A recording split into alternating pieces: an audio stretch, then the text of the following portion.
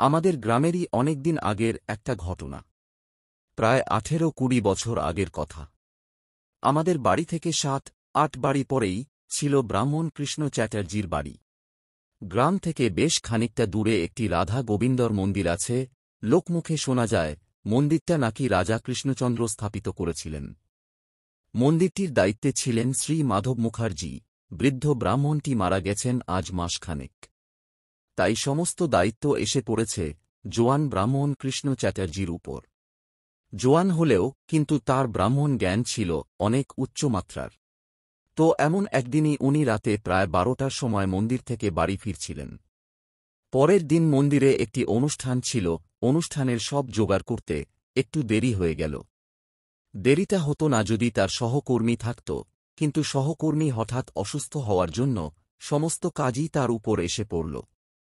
কাজ শেষ করে তিনি বাড়ির পথের রওনা দিলেন। অন্যদিন তার সাথে তার সহকর্মীও থাকতেন। দুজন মিলে কথা বলতে বলতে গ্রামে পৌঁছে যেতেন। কিন্তু আজকে একা ফিরছিলেন। দেরি হওয়ায় ভাবলেন তিনি গ্রামের রাস্তা দিয়ে না গিয়ে একটি বাঁকা পথ আছে সেইটা হয়েই যাবেন, তাহলে তাড়াতাড়ি বাড়ি ফিরতে পারবেন। সে পথে একটা বড় বাঁশঝাড় পড়ে। রাতের বেলা ওখানে অদ্ভুত অনেক কিছু হয় বলে সাধারণত কেউ যেত না। উনিও তা জানতেন, তাও ওই দিন যাচ্ছিলেন। সেদিন কিছুটা পূর্ণিমা ছিল। তো উনি যখন বাঁশঝাড়ে প্রবেশ করেন, হঠাৎ ঝাড়ের পূর্ব দিক থেকে একটা ঠান্ডা হাওয়া এসে গায়ে লাগে। তখন আবার শীতকাল ছিল, তাও উনার কাছে কেন জানি কিসের একটা খটকা লাগে। কি মনে করে চারিদিকে একবার তাকান, আশেপাশে কেউ ছিল না। উনি হাঁটতে থাকেন। কয়েক মিনিট পর হঠাৎ তার বাম পাশের ঝাড়ের একটু ভেতরের দিকে কয়েকটা বাঁশ খুব জোরে 2-3টা ঝাঁকুনি দিয়ে থেমে যায়। উনি একটু চমকে যান, কিন্তু না থেমে হাঁটতে থাকেন। একটু পর আবার তার পাশে ঝাঁকুনি, এবার একটু বেশি। তো উনি সাহস করে জিজ্ঞেস করেন, কে? কোন উত্তর নেই। এবার একটু ভয় পেয়েই হাঁটতে থাকেন। তখনই সামনে একটু দূরে একজন তার দিকে আসতে থাকে। তার পরনে ছিল একটি কমলা কালারের ধুতি, গায়ে রামাবলি, মাথা সাদা চুলে ভর্তি, খালি পা। কৃষ্ণ ব্রাহ্মণ অবাক হয়ে গেলেন যে এই ঠান্ডায় তার গায়ে কোনো মোটা চাদর নেই। চাঁদের আলোয় তার বস্ত্র দেখা গেল, তার মুখটি কিন্তু বোঝা যাচ্ছিল না। কৃষ্ণ ব্রাহ্মণ অনেক চেনার চেষ্টা করো, চিনতে পারলেন না জানি কে। এত রাতেই বা এখানে কি করছেন? এত প্রশ্ন মনে থাকা সত্ত্বেও একটা দিক লক্ষ্য করে তার বুকটা হিম হয়ে গেল। লোকটির হাঁটাচলা মানুষের মতো নয়। মনে হচ্ছে উনি যেন হাওয়ার উপর ভেসে আছেন। কৃষ্ণ ব্রাহ্মণ যতই তাকে একটি মানুষের সাথে তুলনা করে নিজের মনকে বোঝাক না কেন, তিনি যে মানুষ না সেটা তার ভাসমান অবস্থা দেখেই বোঝা যাচ্ছে।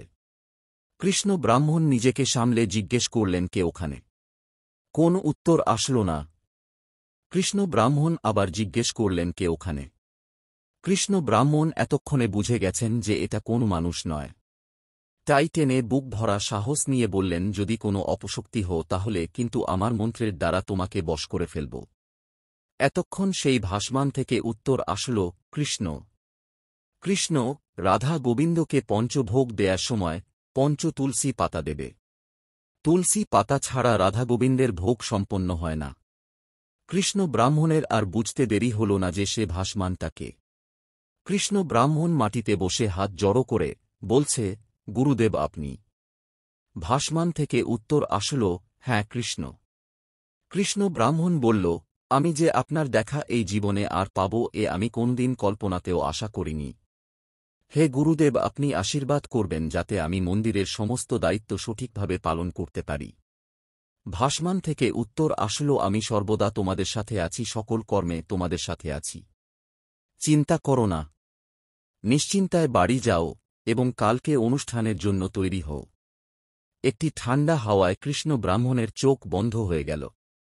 পরের দিন যখন কৃষ্ণ ব্রাহ্মণের জ্ঞান ভাঙল তখন সবে সূর্যোদয়ের হবে, এবং কিছুক্ষণ পর তিনি টাওর করতে পারলেন সে তার পালঙ্কে শুয়ে আছে এবং জানলা দিয়ে দেখতে পাচ্ছেন সূর্য ওঠার আগের মুহূর্ত প্রাকৃতিক জানান দিচ্ছে। কিছুক্ষণ পর তিনি আগের রাতে সমস্ত ঘটনায় মনে করতে থাকেন এবং সমস্তটাকে রাতের স্বপ্ন ভেবে মনকে বোঝালেন।